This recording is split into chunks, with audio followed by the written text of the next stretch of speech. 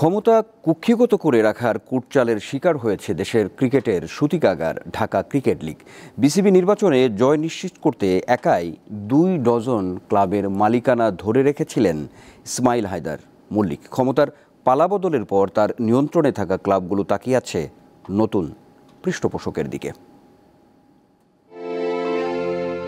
অন্তত 4 যুগ ধরে দেশের ক্রিকেটের আঁতুড়ঘর হিসেবে ধরা হয় ঢাকার ক্রিকেট লিগকে। তৃতীয় বিভাগ থেকে শুরু করে দ্বিতীয়, প্রথম হয়ে প্রিমিয়ার লিগে দীর্ঘদিন জাতীয় দলকে যোগান দিয়ে গেছে নতুন নতুন ক্রিকেটার। অথচ ক্রিকেট সংশ্লিষ্টদের মতে ক্রিকেটের এই ভিত ধ্বংস হয়ে গেছে বিসিবি সভাপতি নাজমুল হাসান পাপন ও পরিচালক ইসমাইল হায়দার মল্লিকের স্বেচ্ছাচারিতায়।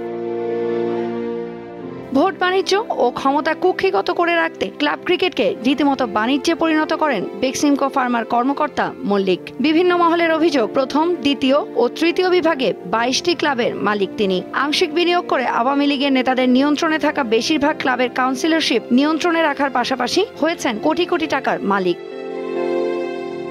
শুধু কাউন্সিলরশিপ ধরে রেখে বিসিবি নির্বাচনে জয়ী হওয়ার মানসিকতা থাকায় ক্লাবগুলোর পরিচর্যায় মনোযোগ দেননি মল্লিক বা পাপন, আর তাই খেলোয়াড়দের রয়েছে বিস্তর অভিযোগ। আমাদের অনেকে কম পেমেন্ট বা পেমেন্ট অনেকে পাই না, সেক্ষেত্রে অনেকে কিছু বলতে সাহস পায়। যেমন আপনার ক্লাবের যারা হর্তাকর্তা থাকে কিংবা কোচ থাকে, ওনারা চাইলে একটা প্লেয়ারের কেরিয়ার ধ্বংস করে দেয়। পরিস্থিতি অনুযায়ী বলতেছে যে আমরা এই বছর আদৌ কি ঢাকা লিগ হবে কি হবে না, এটা আমরা নিশ্চয়তা দিতে পারতেছি না। দুশ্চিন্তার মধ্যে আমরা আশা করি নতুন সভাপতি আছেন, ফাহিম স্যার আছেন, ওরা বিষয়টা ক্লিয়ার করবেন। মালিকানা ইসমাইল হায়দার মল্লিকের হাতে থাকলেও সুবিধা পৌঁছায়নি ক্লাবগুলোতে। তবে পরের মৌসুমে লিগ যথাসময়ে মাঠে করানোর জন্য নতুন কেউ দায়িত্ব নেবেন এমন আশা সংশ্লিষ্টদের। যখন একটা সিস্টেমেটিক ওয়েতে একটা ক্লাব চলবে, সেটা যখন বাধাগ্রস্ত হয়ে যায় তখন সেটা সবাই এটার সম্মুখীন হয়। বোর্ডের কাছে অবশ্যই চাওয়া থাকবে যে আসলে এই ক্লাবগুলোতে তো বোর্ডের আন্ডারে, সো ক্লাবে বোর্ড, ক্রিকেট বোর্ড যারা পরিচালনা করবে তারা অবশ্যই এই বিষয়গুলো তাদের নখদর্পণে থাকবে। বিপরীতে স্বস্তি ফিরেছে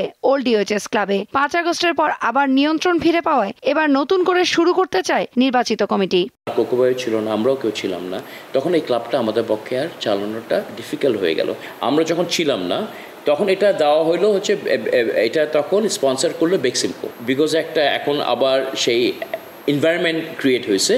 এই জন্য আমরা চাচ্ছি আমরা পুরান যারা ছিলাম আগে, আমি জেনারেল সেক্রেটারি ছিলাম, আমার আগে প্রেসিডেন্ট যারা ছিল, আমাদের গভর্নিং বডি যারা ছিল, আমরা আবার চেষ্টা করতেছি সেটাকে রিভাইভ করে আবার আমরা ক্লাবটাকে গোছানোর জন্য। বিগত সময়ের অভিজ্ঞতায় ক্লাব সংশ্লিষ্টরা চান কাউন্সিলরশিপের লোভ থেকে ঢাকার ক্রিকেটকে উদ্ধারে বিসিবির গঠনতন্ত্র সংশোধন ও নির্বাচন প্রক্রিয়ায় পরিবর্তন আনা হোক।